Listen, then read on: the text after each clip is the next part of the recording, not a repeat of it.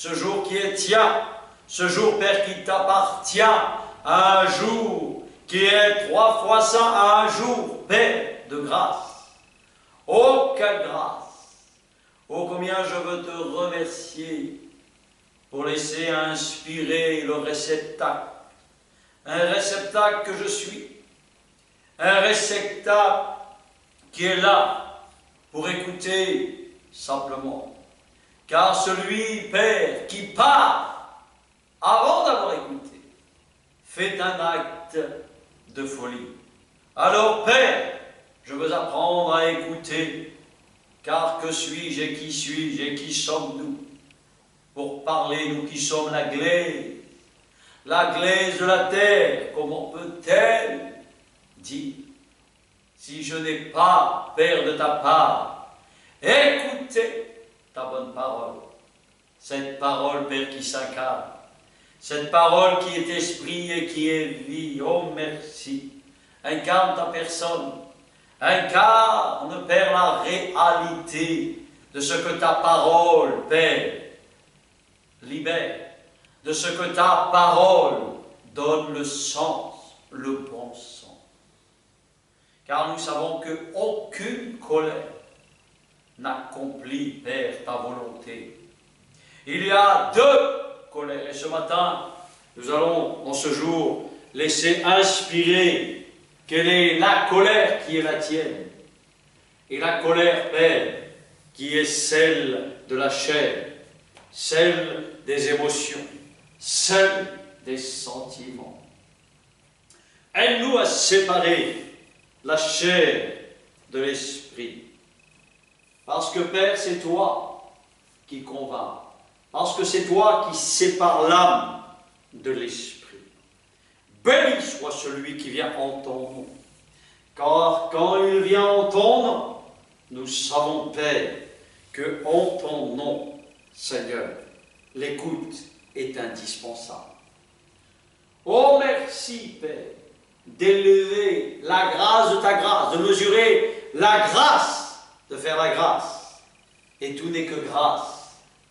D'obéir est une grâce. D'aimer est une grâce. De faire et d'exercer et de montrer, Père, toute ta splendeur. Oh, gloire! Et c'est à toi que revient gloire, honneur, puissance. Car sans toi, nous ne sommes rien. Nous sommes un vase, des vases. Et tout ce que nous voulons, c'est laisser incarner ta personne. Merci pour les divers dons.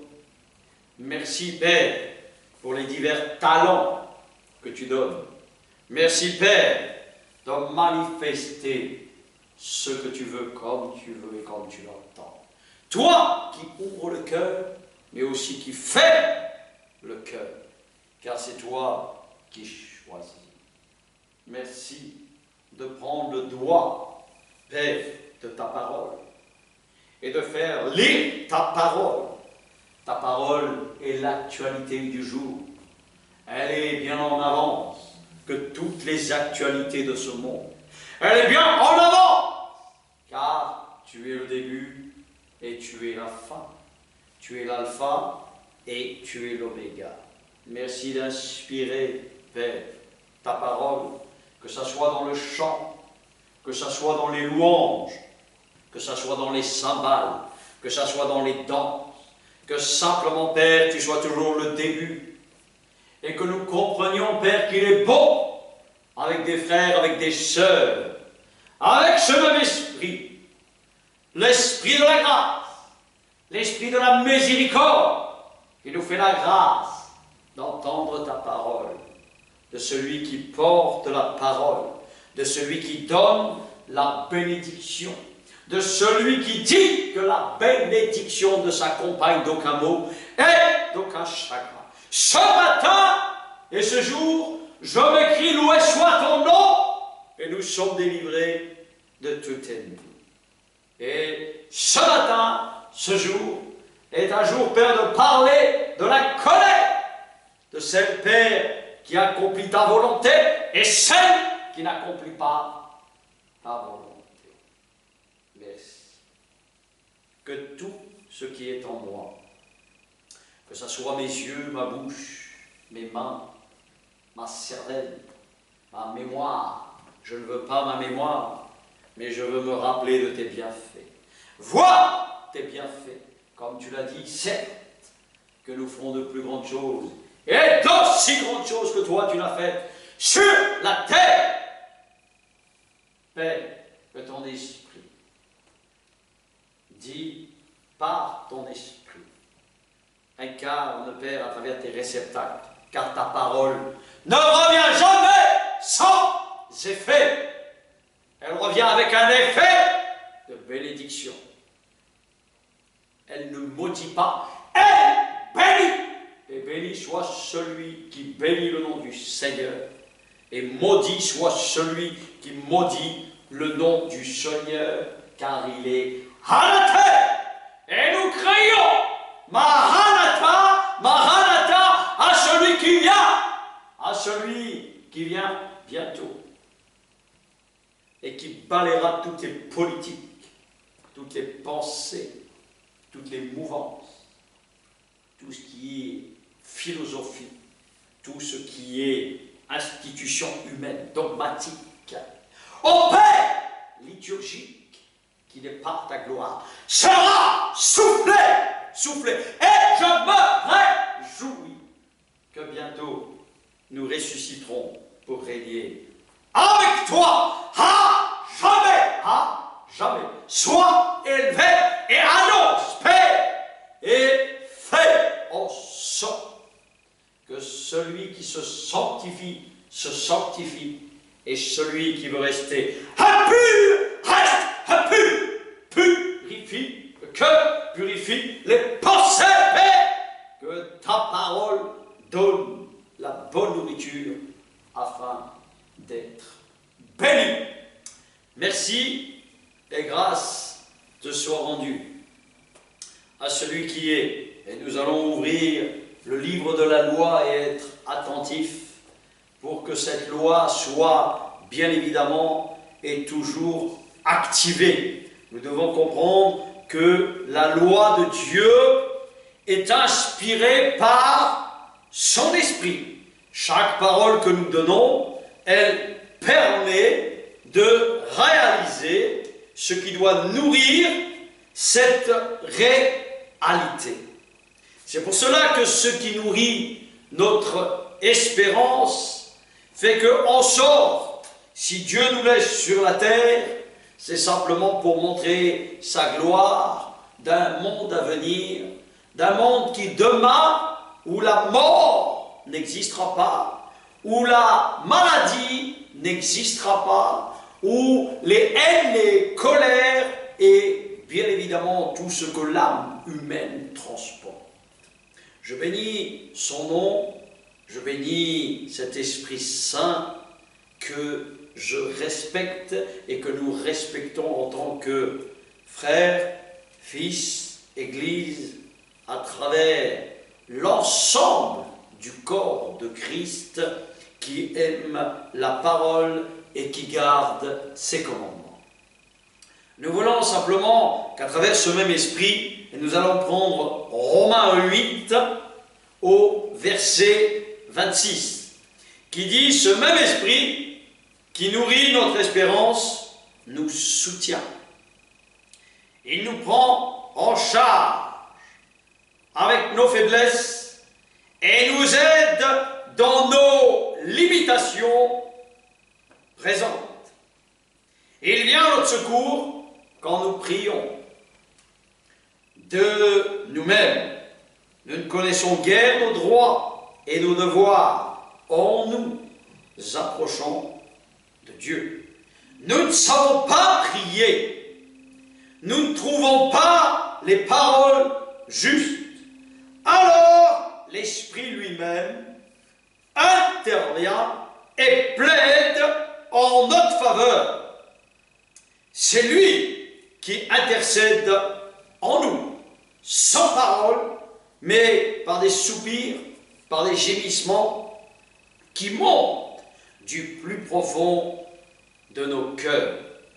Et Dieu, qui lit dans les cœurs et il scrute les pensées les plus secrètes, comprend le langage de l'esprit. Il connaît ses aspirations, il sait discerner le sens de ses soupirs, car l'Esprit intercède pour nous, son peuple, en harmonie avec la volonté de Dieu.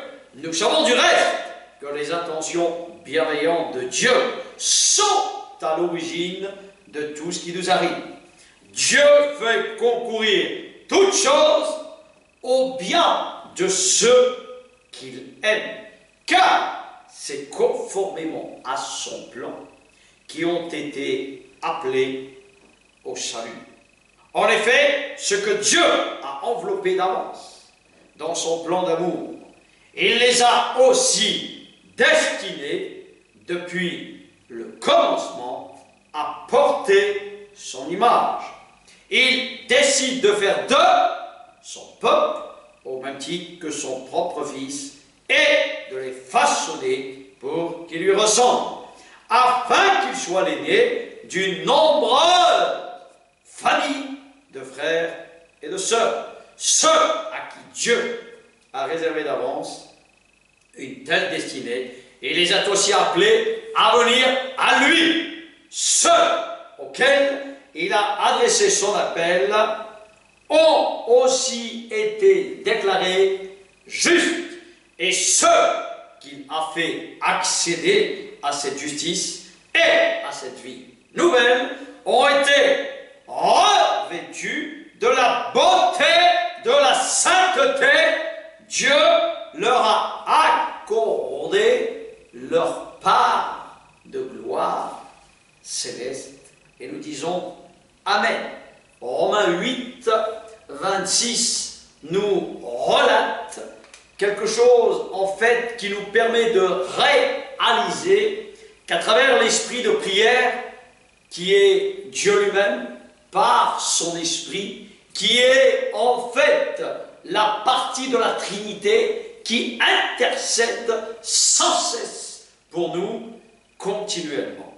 Quelle grâce, je dis, et quel privilège. Car nous savons que simplement toutes ces choses que Dieu nous laisse à travers son testament, quand il est venu, donc nous savons que l'avant Jésus et l'après Jésus, Yeshua, le Sauveur Dieu, dans la personne de Christ, nous permet de réaliser ce matin et ce dont le message est intitulé, le message en fait de la colère sainte et de la colère charnelle, de la colère émotive, de la colère sentimentale, de la colère en fait en un mot de l'âme. Et nous savons que Dieu, par son esprit, nous montre toutes les facettes de l'âme.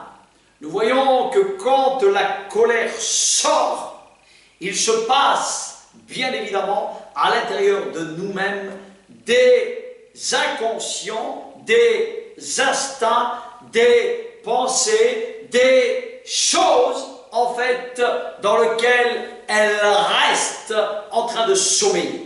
Et nous voulons vraiment réaliser ce matin la profondeur de ce que nous dit le livre des Romains.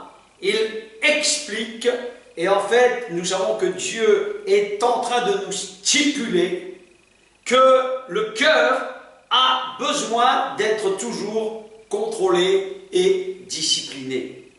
Car nous savons que le carquois dans l'âme, il n'y a rien qui fait en sorte qu'il puisse en faire la volonté de Dieu. Et nous savons que faire la volonté de Dieu, elle est simplement toujours à travers le langage de la parole de cet esprit.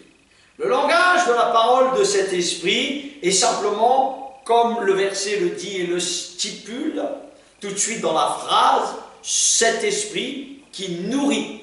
Donc nous voyons que nous avons besoin toujours de rappeler que l'homme ne mangera pas de pain seulement, mais de toute parole qui sortent de la bouche de Dieu. Et nous savons qu'à chaque fois que nous lisons la parole de Dieu, cette parole s'incarne. Et nous savons que sans l'écoute, on ne peut pas obéir. Nous savons que sans l'écoute, il n'y a pas d'être agréable, bon et parfait pour réaliser que l'Esprit de Dieu pioche dans le cœur, en fait dans le carquois, dans l'âme, simplement une alliance qu'il a fait avec lui-même et à travers sa création, à travers ses futurs fils, futures filles, future Église, tous ceux et celles qui reconnaissent Mashiach, qui reconnaissent le Messie qui est venu, le Messie qui s'est incarné. Et nous devons réaliser que sans lui, nous sommes faibles, que sans lui, nous ne pouvons pas accomplir la bonne colère comme la mauvaise colère.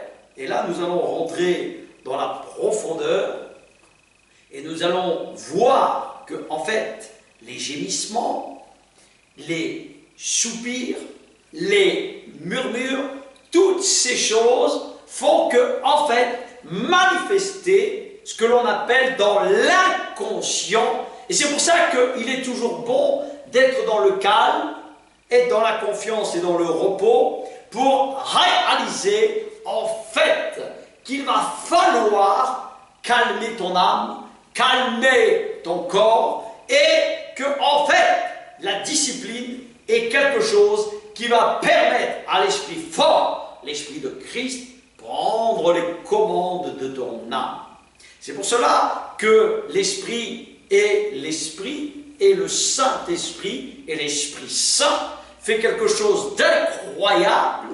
Il est celui qui change et transforme le carquois de l'âme.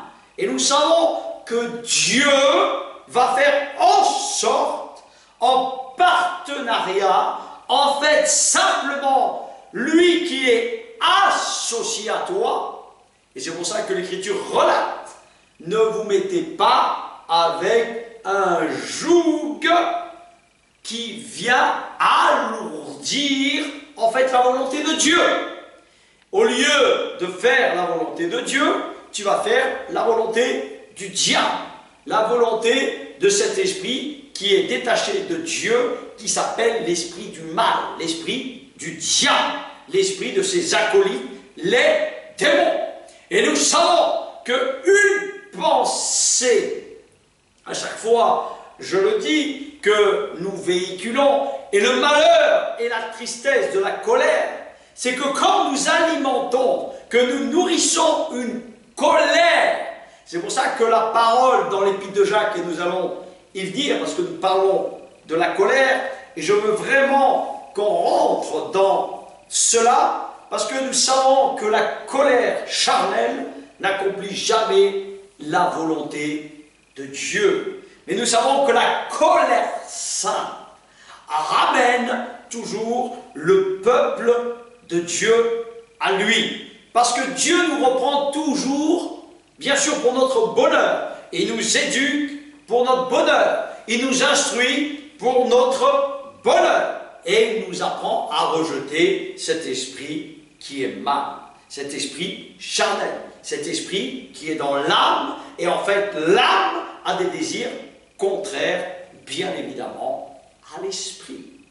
Et la chair, c'est pour ça que en fait, la chair dans l'âme et la chair, c'est pour ça que l'âme qui pêche, c'est celle qui mourra. Et nous savons que quand il n'y a pas l'Esprit de Dieu, malheureusement, quand quelqu'un est avorté ou quelqu'un qui est mort-né, qui abandonne la partie ou qui rétrograde de la partie et en fait qui abandonne la partie, malheureusement, la disqualification est radicale.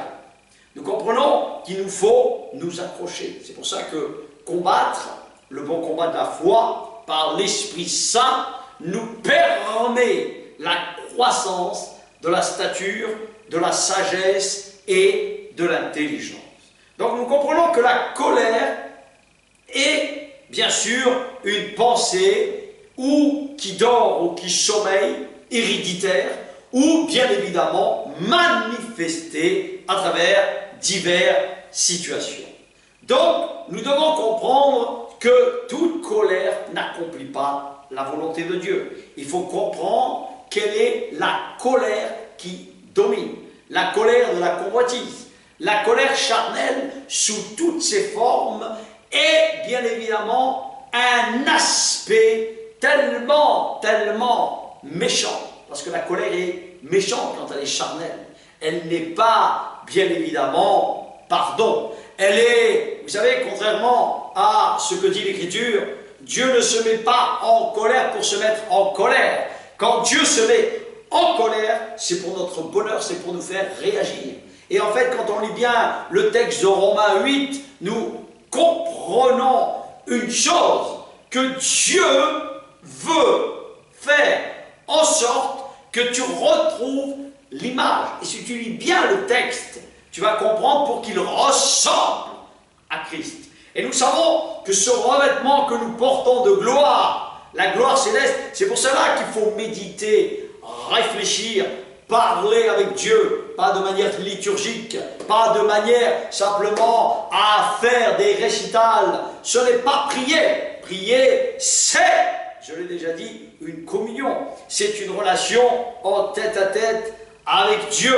Et nous savons que Jésus nous montre comment il faut faire. Il nous montre comment il faut prier. Et nous comprenons que toutes ces choses, pour pouvoir dominer les sens, et tu sais très bien que si Dieu n'est pas avec toi, si Dieu n'est pas ton berger, si Jésus n'est pas ton berger, il va y avoir un vrai problème. Alors je vais t'inviter vraiment à rentrer dans la colère, parce qu'il faut que tu rentres et que tu comprennes qu'en toi-même, il va falloir prendre et arracher la mauvaise herbe de la colère qui peut te conduire à te disqualifier. Alors nous allons prendre l'épître de Jacques, toujours dans ce que Jésus nous enseigne, Yeshua, quand il est venu et quand il a inspiré nos frères et nos sœurs, les premiers apôtres du Maître. Et nous voyons simplement qu'il dit au verset 19, « Ainsi donc, mes frères et sœurs bien-aimés, que chacun soit prompt à écouter. » Alors, je dis bien Jacques chapitre 1 verset 19, je le répète parce qu'on est lourd. Bien évidemment, quand tu prends le temps, que tu t'assois, et il est toujours prend le temps quand tu écoutes la parole, on s'assoit, on n'est pas excité devant la vaisselle, on n'est pas excité avec un téléphone dans lequel on se tâte, on masturbe le téléphone, ou je ne sais pas encore. C'est pour cela que Jésus est clair entre Marthe et Marie. Il dit à Marie, et Marie a fait la bonne part. Marthe était excitée à faire du ménage, elle allait dans tous les sens, ne sais-je, et nous comprenons que quand nous devons écouter, tu dois t'asseoir et rester tranquille. Tu regardes, tu sais dans le monde comment faire quand tu veux te détendre. Oh, je vais prendre un bon cigare, je vais prendre un bon verre, ça c'est le monde. Tu en fumes, bien évidemment, le temple. Et nous comprenons que quand nous en fumons le temple et que nous sommes addicts de la fumée, de l'alcool, toutes ces choses, bien évidemment, ne te détendent pas, te mettent dans un état futur de colère.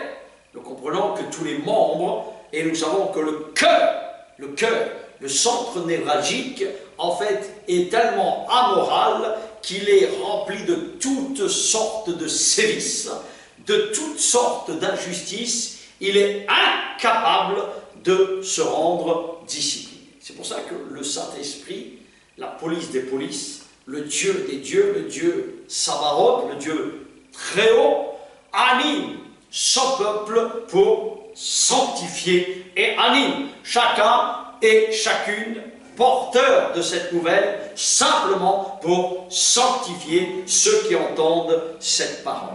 S'il n'y avait pas ces porteurs de bonnes nouvelles, comme les apôtres, comme les pasteurs, comme les rabbins, comme ceux qui sont initiés et qualifiés dans l'ensemble du peuple pour sanctifier, pour donner la bénédiction.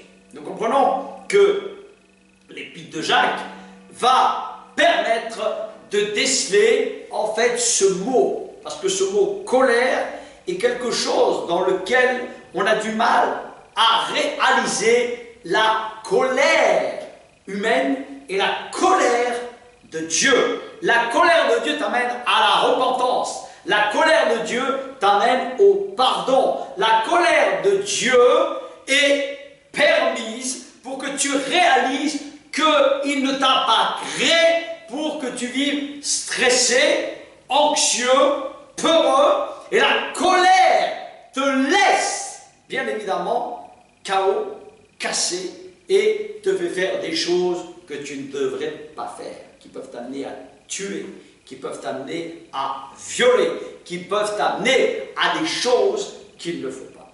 La bonne colère sainte est complètement différente. Et nous allons voir qu'à travers le texte, quand l'apôtre, le Saint-Esprit de Dieu parle à travers l'apôtre Jacques, le frère de Jésus, si chacun connaît l'histoire, nous comprenons que Jacques était un frère, mais un demi-frère. Quand on dit demi-frère dans le langage français, veut dire que simplement, il n'est pas né comme Jésus est né. Jésus est né de manière anormale. Jésus est né, et vous le savez, nous devons bien évidemment le savoir, que c'est Dieu lui-même qui s'est auto-incarné, qui s'est auto-enfanté en chair et en os. Contrairement à Jacques, et nous devons comprendre que Jacques est né naturellement, par voie naturelle, c'est-à-dire avec du spermatozoïde, et bien évidemment à ovulation à travers Marie.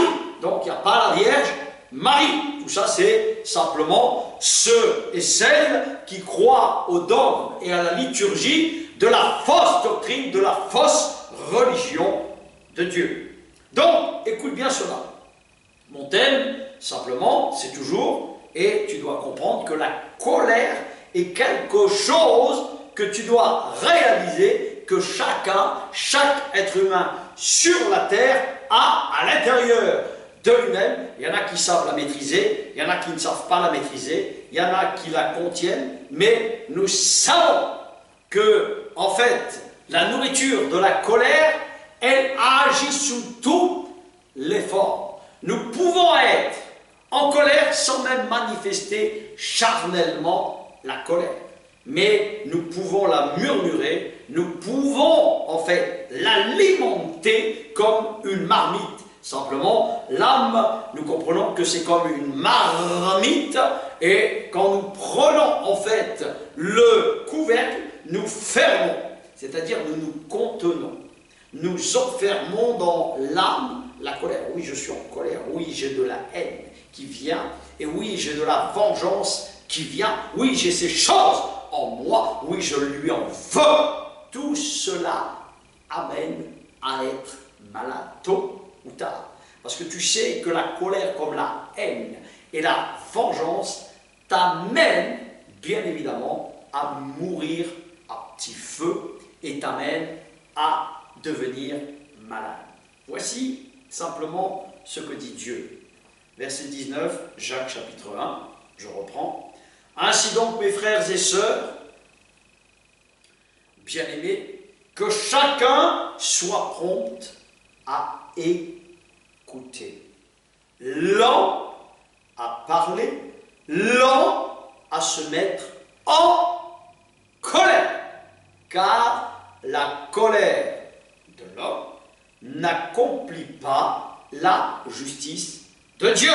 C'est pourquoi rejetez toute souillure et tout débordement dû à la méchanceté et accueillez avec douceur la parole qui doit être plantée en vous et qui peut sauver votre âme. Mettez en pratique la parole et ne vous contentez pas de l'écouter en vous trompant vous-même par de faux raisonnements. En effet, si quelqu'un écoute la parole et ne la met pas en pratique, il ressemble à un être humain qui regarde son visage dans un miroir et qui, après s'être observé, s'en va et oublie aussitôt comme il était. Mais celui qui a plongé les regards dans la loi parfaite, les commandements de Dieu parfaits, cela lui permet la liberté. Et cela, à force de persévérance, n'oublie pas les commandements de Dieu. En fait, celui qui n'a pas oublié, celui qui a entendu, mais qui se met au travail, celui-là sera heureux dans son activité. Si quelqu'un parmi vous croit être religieux, c'est-à-dire en relation avec Dieu, il y a la vraie religion comme la fausse religion. La fausse religion, c'est-à-dire que tu n'as pas de relation avec Dieu. La vraie religion, ça veut dire relier à à la montagne de Dieu. Alors qu'il ne sait pas et qu'il n'arrive pas à tenir sa langue en bride. En fait, il trompe son cœur, son âme. Sa religion, sa relation avec Dieu est sans valeur. La religion pure et sans tache devant Dieu, notre Père, consiste à s'occuper des orphelins et des veuves dans leur détresse et à ne pas se laisser souiller par le monde. Tu vois que la parole de Dieu est la réalité d'abord que Dieu, par son Esprit Saint, nous fait comprendre que veut dire être veuve et orphelin. Nous comprenons que celui qui est veuf, ça veut dire celui qui est mort. Et nous comprenons que celui qui est orphelin, c'est-à-dire qu'il est livré à lui-même. Et nous comprenons que toute la parole est du ciel, que cette parole n'est pas naturelle. C'est pour cela que beaucoup la prennent selon la lettre, selon les mots comme c'est écrit, et en fait, il reste théologique, il reste stoïque, il reste statique, ils ne comprennent pas la profondeur de la lettre. En fait, ils n'arrivent pas à piocher, à décortiquer. Derrière le noir, il y a le blanc. Et nous voyons très bien que Christ est là. Nous savons que la parole est surnaturelle. Et c'est pour cela que beaucoup se leurrent, qui n'arrivent pas à pratiquer cette vie, bien sûr, de Dieu, ne pas avoir la haine du mal, la haine du péché, avoir une colère sainte, en fait, contre l'esprit du mal, contre la chair, contre le monde. En fait, nous comprenons qu'à chaque fois, nous revenons avec trois éléments, le monde, la chair et l'esprit du diable.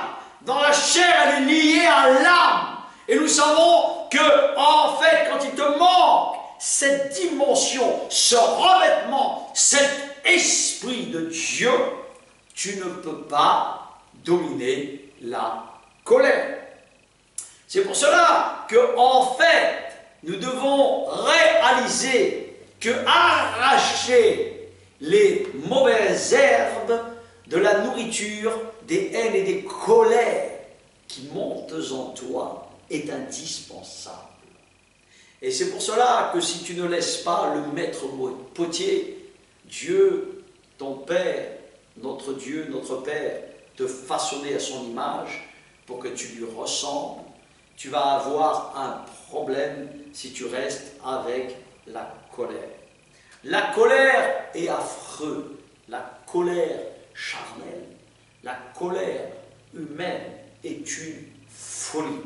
Et nous savons qu'elle ne peut pas accomplir la volonté de Dieu.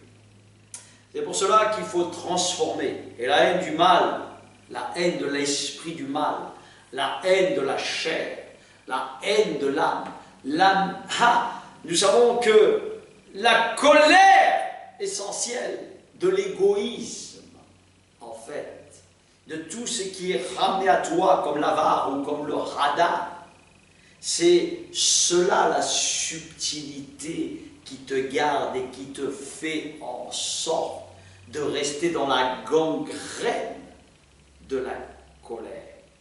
Parce que le don, c'est de donner. c'est de savoir donner sans attendre. Dieu nous donne la vie, tu n'existais pas, comme je le dis à chaque fois, tu existes, c'est une grâce. C'est pour cela que Dieu se révèle et réveille l'inconscient au conscient. Et chaque fois, nous devons réaliser que ce que nous attirons, c'est ce qu'il y a d'inconscient. Et nous savons que dans l'inconscient demeurent des choses terribles. C'est pour ça que toutes ces choses, pour qu'elles sortent, Dieu va permettre des situations, bien évidemment, pour te tirer, pour te sortir, pour te penser, pour te laver, pour te sanctifier, pour te justifier.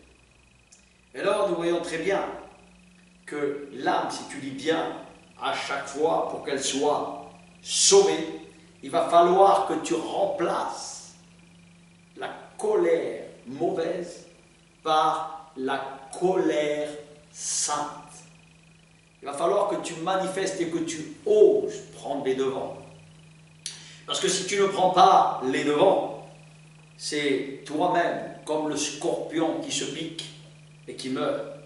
Donc, nous devons réaliser qu'il ne faut pas ménager avec la colère charnelle, qu'il ne faut pas la laisser grandir. Et je vais te lire un passage encore, parce que c'est toujours Dieu qui parle. Ce n'est pas un prédicateur simplement pour être prédicateur choisi par les hommes. Dieu choisit qui il veut et comme il veut, à travers le globe de la terre. Il inspire qui il veut, car c'est ses yeux qui parcourent la terre pour s'incarner. Là où il trouve la place de s'incarner, pour incarner surtout sa parole, parler de sa parole, donner le succès, donner simplement l'avant-goût du ciel sur la terre. J'attends rien et nous n'attendons rien quand nous passons, car nous passons comme l'air. Ce revêtement est destiné à mourir. Si mon être, comme dit le Seigneur, extérieur, lui se détruit, mais mon être intérieur, lui, se renouvelle chaque jour. Et je me réjouis que la cité céleste nous attend. Je me réjouis d'avance que simplement nous puissions donner cette parole, parce que c'est une grâce de ceux qui sont appelés à donner cette parole et montrer cette parole en esprit et en vérité. Réaliser la réalité de la parole de Dieu faite chair, parce que nous sommes une multitude et je me réjouis, comme les étoiles du ciel, comme le sable de la mer, tel qu'il avait fait la promesse à Abraham. Nous savons que le Dieu d'Abraham, d'Isaac et de Jacob, à travers Yeshua, est toujours le même. Et je me réjouis de sa parole. Je me réjouis de la grâce qu'il me fait, et de cette grâce de laisser pénétrer et de laisser parler cette parole. Donc, sois libéré, ne sois pas complexé, ne sois pas coupable, simplement de trouver anormal que tu aies une colère, parce que l'âme relate des choses qui sont tristes et à faire pleurer. Elle te laisse de marre. Quand l'être humain agit sous l'impulse de cet esprit du mal, avec son âme, c'est triste. Nous voyons les guerres, nous voyons les haines, nous voyons simplement qu'il n'y a rien qui naît de l'amour de Dieu. Il n'y a rien que Dieu a fait qu'à la création, nous soyons faits comme cela. Et je bénis le Seigneur de celui qui transforme le mal en bien, de celui qui transforme la malédiction en bénédiction. Il faut saisir cet esprit et te laisser incarner par cet esprit, dominer. Et nous savons que la lutte est compliquée, difficile, car il y a un combat. C'est pour cela qu'il faut savoir prier. il faut savoir demander, il faut savoir simplement se laisser, avec nos propres mots, avec nos propres personnalités, accepter la condition que nous avons. Car nous voyons que les jougs, les rixes, les rivalités, les compétitions ne sont pas de Dieu. Nous savons que Dieu nous a fait tous égaux, tous pour que nous soyons fraternels, tous pour que nous soyons libres. Nous voyons des mots que l'on sort comme ceci, liberté, égalité, fraternité. Mais encore faut-il comprendre que le respect commence par qui, par quoi, et la liberté commence par où, et elle finit comment. Et nous devons vraiment réaliser que cette liberté, à travers son esprit et à travers son cœur, celui qui est capable de donner et de te montrer son cœur le plus beau, le plus extraordinaire, est le cœur de Jésus, et le cœur de la croix. Et nous voulons comprendre que la croix est celui qui a dit à la Genèse, au commencement, le cœur de Dieu fut attristé de voir comment le cœur de l'homme, de l'être humain en général, se tournait et se laisser incarner par le mal sous toutes les formes. Et nous comprenons que nous vivons les temps où Dieu a préparé pour le feu. Et je me réjouis parce que je sais que Dieu nous explique que tout ce qui arrive, il l'a déjà décrété, il y a déjà depuis belle lurette, déjà bien plus qu'on ne le croit, c'est déjà dans ses plans. C'est pour ça qu'il y a un langage avec Dieu que nous avons chacun. Et le langage de l'esprit, le langage du véritable parler en langue de Dieu, pas le faux. Parce que je dis bien, à chaque fois, s'il y a le vrai, il y a le faux, il y a un imitateur qui imite la fausse religion, sous toutes les formes inspirées. La véritable, nous la voyons, il y a la lumière. Il y a simplement, comme le décrit la parole, et nous allons le voir ensemble, dans Galates chapitre 5, et cela te permet de comprendre quel est celui qui a vraiment l'Esprit de Dieu. Voici Galates 5 au verset 13, nous allons vraiment remettre toujours et comprendre le fait que la bonne colère comme la mauvaise colère nous conduit pour la plupart, et nous voyons toujours cette réalité de ce que veut dire la colère de Dieu et la colère charnelle. Oui, mes frères et sœurs, c'est à une pleine liberté que vous avez été appelés. Écoute bien ce qu'il nous dit. Mais cela ne signifie pas qu'il faille en abuser et laisser libre cours à vos instincts.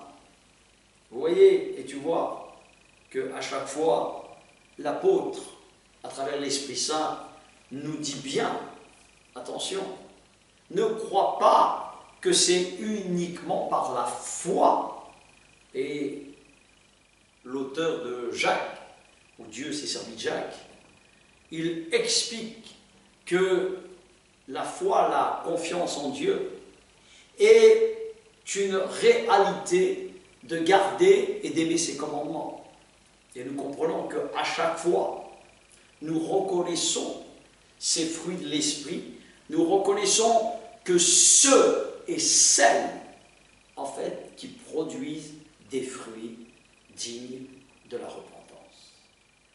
Et tu sais, je vais te dire une chose, la repentance, le retour à Dieu est capital. La teshuva est quelque chose vraiment d'indispensable. Nous savons que tant que nous sommes sur la terre, nous sommes à l'école de l'épreuve, à l'école du choix, avec l'Esprit de Dieu, sans l'Esprit de Dieu. avec Dieu ou sans Dieu, chaque fois et chaque jour suffit sa peine.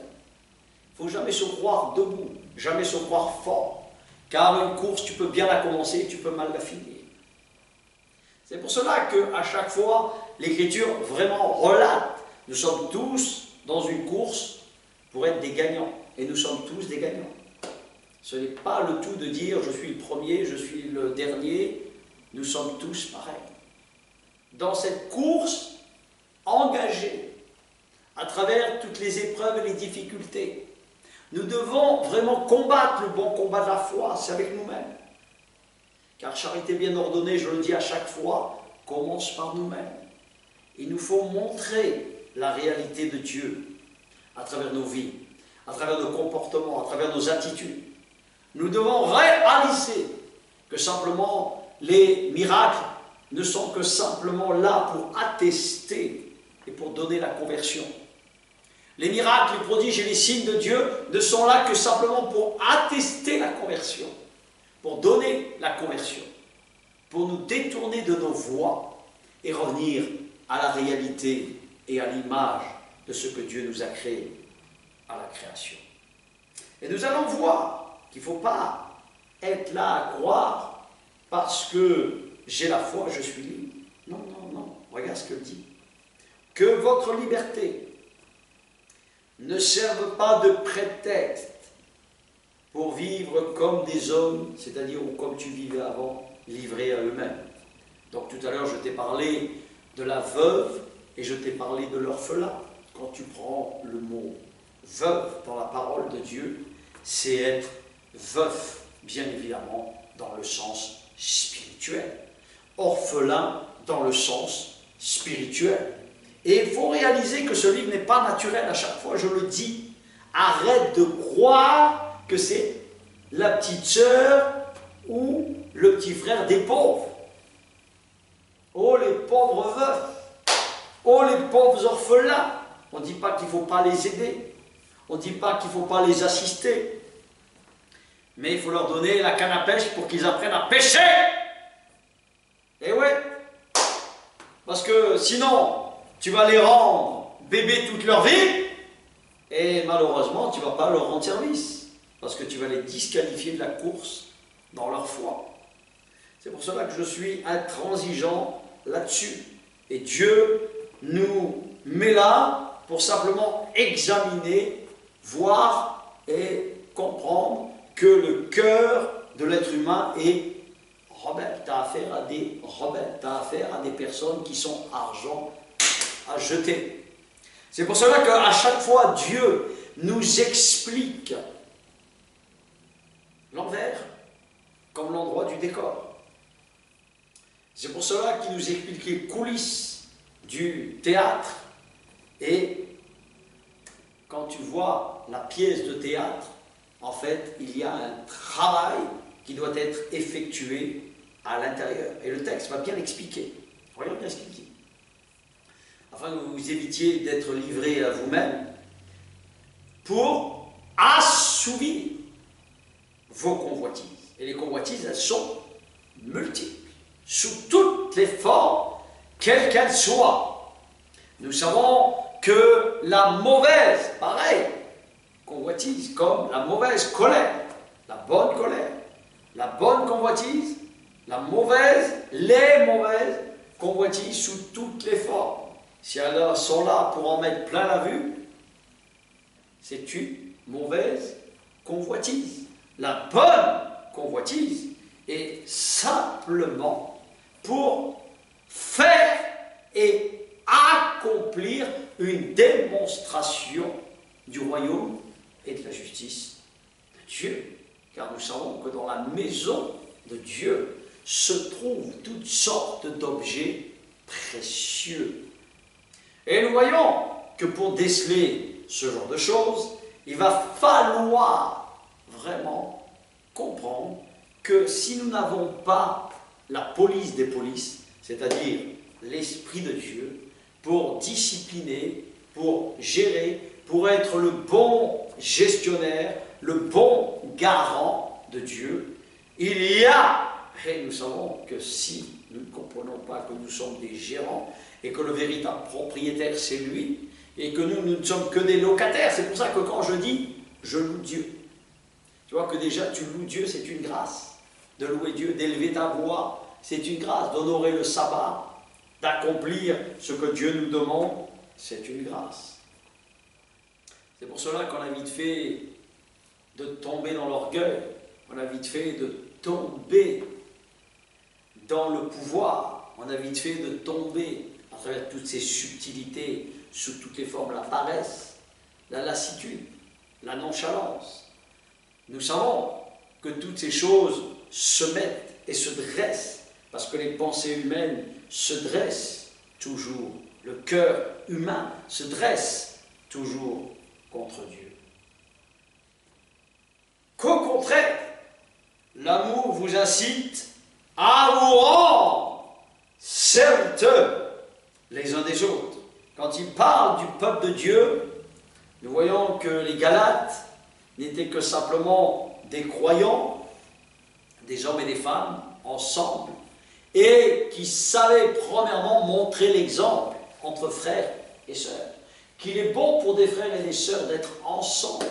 C'est comme l'huile. L'huile représente toujours l'Esprit de Dieu qui est avec eux. Ils s'entraident, ils sont ensemble. Et nous voyons que le véritable service de Dieu entre les uns et les autres, bien évidemment, nous incite à avoir de l'amour les uns pour les autres.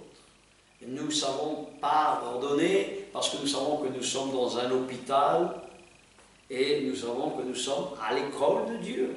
L'hôpital de Dieu et l'école de Dieu, fait de manière que simplement nous puissions nous exhorter, nous édifier. Et c'est ça la famille de Dieu. Parce que c'est toujours d'une famille qu'on parle. Avant de parler de l'église de Dieu bizarre, l'église de Dieu liturgique, dogmatique, en fait qui n'a rien à part la façade, ou qui a le nom, ou qui a le titre de communauté de Dieu. Non, non, non. Ce n'est pas un titre, c'est une réalité, la réalité de voir des frères et des sœurs qui sont ensemble dans cette communion. C'est une réalité. Là, Dieu prend plaisir. Donc, nous voyons, verset 14, de cette manière, vous obéirez vraiment à la loi, car elle peut se résumer dans cette parole, aime ton prochain comme tu t'aimes toi-même. Celui qui observe ce commandement a satisfait et satisfait tout ce que la loi demande. Mais si votre liberté vous conduit à vous mordre et à vous déchirer, renégat à la destruction réciproque, vous courez à votre perte commune. Nous savons que Dieu est un Dieu d'ordre, qui est un Dieu qui hiérarchise son peuple. Si Dieu nous dit qu'il y a des apôtres, il y a des prophètes, il y a des enseignants, respecte ton père et ta mère, honore ton père et ta mère, afin que tu prolonges tes jours, et nous comprenons que simplement, à chaque fois, l'Écriture nous exhorte à l'ordre. Dieu est un Dieu d'ordre. On ne plaisante pas avec la bouche de ses apôtres. On ne s'amuse pas avec ceux qui ont le titre de Dieu. Le titre de Dieu, pas le titre des hommes. Le titre de Dieu se voit. Il inspire ses commandements. Il inspire l'Esprit Saint. Il inspire l'amour et le pardon à l'instant T quand on demande pardon. Et nous savons que quand on ne demande pas pardon à Dieu, Dieu ne nous écoute pas. Tu veux que Dieu t'écoute? Demande pardon. Invoque son pardon. Et raïm, et pitié, parce que Dieu, bien évidemment, attend de nous le retour. Dieu attend de nous toujours de la même manière, même à travers ses frères et ses sœurs, comme la croix est verticale et horizontale, d'abord avec Dieu et ensuite avec ton prochain. Et ton prochain d'abord, c'est tous ceux et celles qui t'entourent. Ce n'est pas un babalouette où on entend dire c'est universel. L'Église, elle n'est pas universelle uniquement. D'abord, elle est avec les tiens. La famille de Dieu, elle est plus importante que la famille naturelle. Parce que la famille naturelle, malheureusement, tu ne la verras pas dans le ciel. Non, tu ne la verras pas. Si elle ne marche pas avec Dieu, si elle ne remplit pas les conditions de ce que Dieu nous demande, elle ne rentre pas dans le ciel de gloire. Elle va, malheureusement, dans les ténèbres et la damnation éternelle, c'est-à-dire tourmentée pour l'éternité. Et nous voyons très bien que Dieu nous fait comprendre que cette colère peut nous trahir et elle peut nous amener, et nous allons vite le voir, donc celui qui observe, et nous comprenons que quand nous observons bien ce que nous dit la parole de Dieu, elle n'est pas là pour mettre un joug complémentaire sur l'autre. Elle n'est pas là pour montrer du doigt, « Oh toi, tu as ci, oh moi j'ai ça », et on se compare, « Oh Dieu, je te rends grâce de ce que je ne ressens pas à celui-là ou à celle-là ». Non, non, non. Tout ça n'est fait que pour se mordre, se déchirer, et là, il y a évidemment la famille de Dieu qui se déchire. C'est pour cela qu'il dit, voici mon conseil, verset 16, « Marchez sur la direction de l'esprit, et vous ne risquez pas de satisfaire les convoitises de votre être naturel. Vos désirs égoïstes et coupables ne parviendront pas à leur fin. Laissez donc, et voilà, et là on y arrive, l'esprit vous conduire. Obéissez à ses instructions et ne cédez pas aux aspirations qui animent l'homme, l'être humain, livré à lui-même, le veuf ou la veuve ou l'orphelin ou l'orpheline. Votre ancienne nature, avec ses désirs égoïstes, se rebiffe contre l'esprit. Les aspirations de votre être égoïste irrégénéré se dressent sans cesse contre l'Esprit Saint, mais l'Esprit de son côté s'oppose à la volonté naturelle de chaque être humain. Ces deux forces antagonistes sont constamment en conflit. Chacune d'elles luttant pour subjuguer votre volonté. Elles influencent sans cesse vos désirs. C'est pour cela que vous n'arrivez pas à mettre vos résolutions à exécution et que vous n'êtes pas libre de faire ce que vous aimeriez. Mais, si vous vous laissez guider par l'Esprit, vous avez échappé à la domination de la loi. Vous ne dépendez plus d'elle. Si par contre, vous vous laissez mener par votre être naturel, vous ferez ce qui est contraire à la loi, bien évidemment, de Dieu. En effet, un comportement, verset 19, en effet, un comportement inspiré par l'être naturel, instinctif, l'homme, la femme, sans Dieu, est facile à reconnaître. On sait bien de quoi est capable l'être humain livré à ses penchants naturels.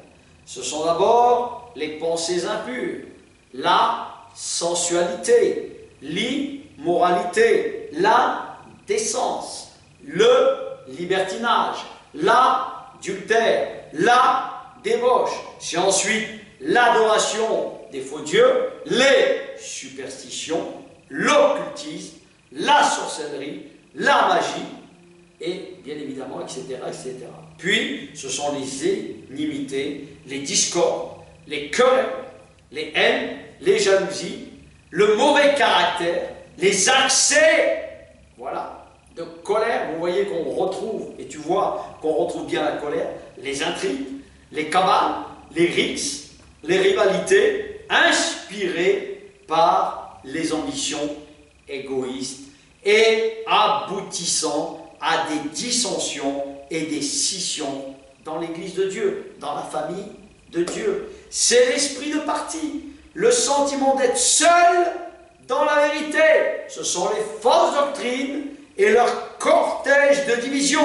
C'est la haine, l'envie, l'ivrognerie, la gloutonnerie, bouffée comme un malade et gonflée comme une pastèque ou comme un Bouddha, les beuveries, les ripailles et autres excès de ce genre, les enivrements et toutes ces folies, les drogues et bien sûr tous les stupéfiants qui existent aujourd'hui. Je ne puis que répéter ce que je déclarais jadis à ce sujet. Celui qui est encore et qui reste dans cet état de son âme, de telles actions n'a aucune part dans l'héritage du royaume futur de Dieu. Et nous voyons très bien que quand nous comprenons ça, nous devons réaliser qu'il y a bien évidemment la solution. Et la solution se trouve à la croix. La résolution, c'est la solution. Faute de résolution, faute d'entreprendre, de changer une mauvaise pensée en bonne pensée, nous avons tous, et nous sommes tous faits du même moule, fait en sorte pour que nous combattions contre nos mauvaises pensées. Puisque déjà, nous voyons que Dieu nous dit, ce sont d'abord les mauvaises pensées, les pensées impures. Tout ce qui est contre la volonté de Dieu, tout ce qui est contre les commandements de Dieu, tout ce qui est contre cette parole de Dieu. D'ailleurs, nous voyons très bien qu'au verset 22, pour te finir, en fait, le beau caractère de Dieu, pas le mauvais caractère, le beau caractère de Dieu en toi et en moi, car il s'agit de cela, c'est l'Esprit de Dieu. Et qu'est-ce qu'il produit? Ce sont ces fruits de l'Esprit. C'est l'amour, la joie, la paix, la patience, le bon caractère, l'amabilité, la serviabilité, la bonté, la générosité, la fidélité, la confiance dans les autres, la douceur, la modestie, l'humilité, l'aptitude à céder et à s'adapter, la tempérance, la chasteté, la maîtrise de soi. Aucune loi n'interdit cela. Et contre ceux qui vivent ainsi, elle n'a même pas besoin d'intervenir. Or, ceux qui appartiennent à cet esprit de Jésus-Christ ont cloué à la croix leur vieille nature avec ses passions et ses désirs. Celui qui a pris Jésus-Christ pour maître est mort avec lui à ses projets, à ses ambitions, et ses projets et ses ambitions sont renouvelés pour accomplir les plans de Dieu. Puisque l'Esprit est la source de notre vie, laissons-nous ainsi et aussi conduire par lui, suivant ses indications, et agissons comme il le désire. C'est-à-dire que notre vie, elle aussi, doit être spirituelle pour l'accomplir matériellement. Ne cherchons donc pas de vains succès en nous provoquant les uns et les autres, en nous enviant et en nous jalousant mutuellement. Tu vois, quand tu lis ça, tu dois comprendre la colère. La colère, elle est normale dans le naturel de l'humain. Mais il faut apprendre avec l'Esprit de Dieu à crucifier pour transformer cela en gloire de cet esprit et qui fait que produire un esprit de la sainte colère te permet de comprendre ce que c'est être un bon papa pour transmettre la parole de Dieu. C'est pour cela qu'il ne faut pas agir de manière insensée, de manière stupide, stupide ou de manière ignorante. Et tu sais, l'ignorance est quelque chose, quand le maître nous explique, faute de vision, mon peuple se meurt. En fait, faute de connaissance, faute de vision, mon peuple meurt. Et nous voyons que les jalousies sont idem et fait partie de l'âme humaine sous tous ses aspects. Moi, je sais une chose aujourd'hui, c'est que je me hais et j'adore Dieu. En haïssant mon âme, je n'ai pas confiance à mon âme, mais j'ai confiance à Dieu. J'ai confiance dans cet esprit. Ce que je t'ai annoncé, ce que je te donne chaque fois, c'est la parole de Dieu. La parole est une nourriture. Elle est le bon berger, elle te conduira toujours dans de verts pâturages. Parce que la parole te conduit dans de verts pâturages. Paisible, tranquille. Il est le véritable bâton, la véritable alouette. Si tu crois les paroles qu'il te donne, tu seras béni. Si simplement tu te laisses convertir, si vous ne vous repentez, vous périrez certainement. Ça, c'est une certitude. C'est pour cela que l'Écriture est claire. Né de Dieu, et laisse-toi façonner. Fais-lui confiance. Chaque fois, je le dis, j'inspire simplement, et à chaque fois que je respire, j'expire. J'inspire, et nous devons nous laisser inspirer pour donner et partager cette parole, pour que nous puissions avoir ce même esprit. Et je prie cela. Je prie cet esprit. Cet esprit te donne la guérison, car Dieu est un Dieu de miracles, faiseur de miracles, pour te montrer qu'il existe.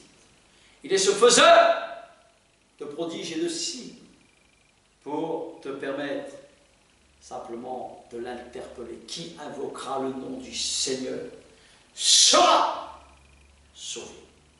Et la pluie de la parole qui se répand, non seulement à travers ce réceptacle que je suis, ou une multitude qui annoncent ces merveilles, mais crois cette parole qui te bénit. Lis cette parole, médite cette parole, étudie cette parole, communie avec lui. Va, prie, veut dire va prier. Il faut simplement que tu saches que la mauvaise colère n'accomplit pas la volonté de Dieu. La colère charnelle, la colère humaine, elle n'est pas la bonne colère sainte de Dieu qui brûle la mauvaise colère. C'est bon d'avoir des colères saintes contre la mauvaise colère, la colère charnelle.